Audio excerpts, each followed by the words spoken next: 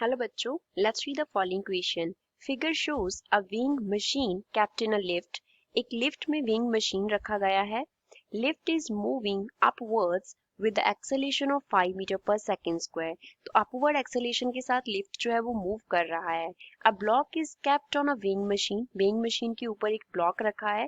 Upper surface of the block is attached with a spring balance. जो उसका upper surface है उसको spring balance के साथ attach किया है. Reading shown by the weighing machine and the spring balance is 15 kg and 45 kg respectively. हमें weighing machine and spring balance की रीडिंग्स दी गई हैं. Answer the following question. हमें फॉलोइंग क्वेश्चन का आंसर करना है. क्या अज्यूम करने को बोला है? That the weighing machine can measure weight by having negligible deformation due to block की वजह से weighing machine के ऊपर negligible deformation होगा, while the spring balance requires larger expansion. but spring balance का जो expansion है वो larger होगा, तब जाके हमें क्या मिलेगा? वेट मिलेगा. जी का वैल्यू 10 मीटर पर सेकंड स्क्वायर है. क्वेश्चन में हमें क्या फाइंड आउट करना है? Mass of object find out करना है in kilogram and the normal force acting on the block due to the weighing machine are. And उस ब्लॉक के ऊपर नॉर्मल फोर्स कितना एक्ट करेगा due to weighing machine. Options क्या है? 60 kilogram 450 Newton, 40 kilogram 150 Newton, 80 kilogram 400 Newton and 10 kilogram 0. First of all we will talk about the key concept of the question. इस question में use key concept क्या है? तो इसमें हमें बेसिकली रिलेशन मालूम होना चाहिए फोर्स एंड एक्सेलेरेशन के बिटवीन. फोर्स जो होता है वो मास एंड एक्सेलेरेशन का प्रोडक्ट होता है. मास को m से डिनोट किया एंड एक्सेलेरेशन को अगर हम a से डिनोट करें तो जो f है वो क्या होगा? f will be equals to m into a. f ma के इक्वल होगा. अब इस क्वेश्चन को सॉल्व करते हैं. क्वेश्चन में जो एक्सेलेरेशन है a नेट वो कितना दिया गया है? 5 मीटर पर सेकंड स्क्वायर दिया गया है. अब जो weighing मशीन है वो m पे क्या लगाएगा? अपवर्ड डायरेक्शन में एक फोर्स लगाएगा, that is normal force. n क्या रिप्रेजेंट करता है? n रिप्रेजेंट करता है नॉर्मल फोर्स को. दूसरा फोर्स यहाँ पे टेंशन T लग रहा होगा स्प्रिंग में, टेंशन T. T क्या है? टेंशन को रिप्रेजेंट करता है. जो नॉर्मल फोर्स होगा वो क्या होगा? weighing मशीन का रीडिंग होगा.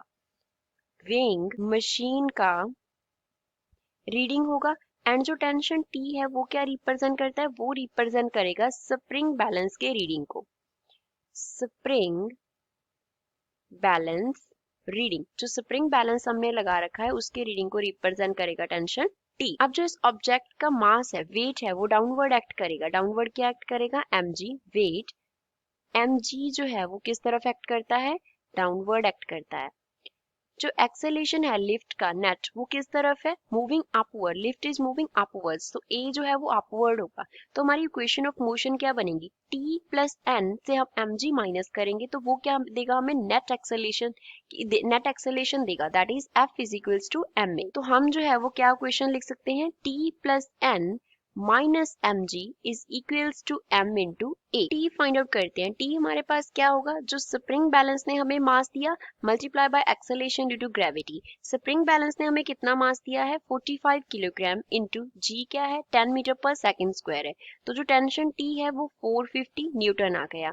सिमिलरली नॉर्मल रिएक्शन क्या है? जो हमें मास प्रोवाइड किया किसने? weighing मशीन ने, mw इंटू जी.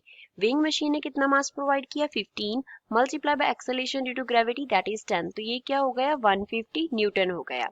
तो इन दोनों का वैल्यू यहाँ पे सब्स्टिट्यूट करते हैं.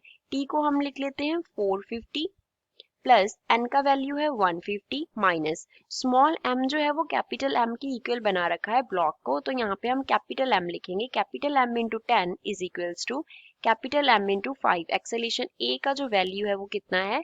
5 मीटर पर सेकेंड स्क्वायर है. तो इसको सॉल्व करते हैं. 450 में 150 ऐड करेंगे तो क्या मिलेगा हमें?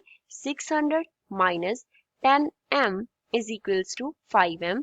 तो यहाँ से 600 जो है वो किसके इक्वल आ गया? 5m plus 10m, which means 600 is equals to 15m. So m का जो वैल्यू है वो कितना आ गया? 600 divide by 15 that is equals to 40 and units क्या होंगे? किलोग्राम. तो जो ब्लॉक है उसका जो मास है वो कितना आ गया? 40 किलोग्राम. एंड नॉर्मल रिएक्शन हमने निकाला कितना एक्ट कर रहा है? 150 न्यूटन एक्ट कर रहा है. तो गिवन ऑप्शन में से सेकंड इसके साथ मैच कर रहा है, तो B is the correct answer for this question. I hope you understood well. Thanks.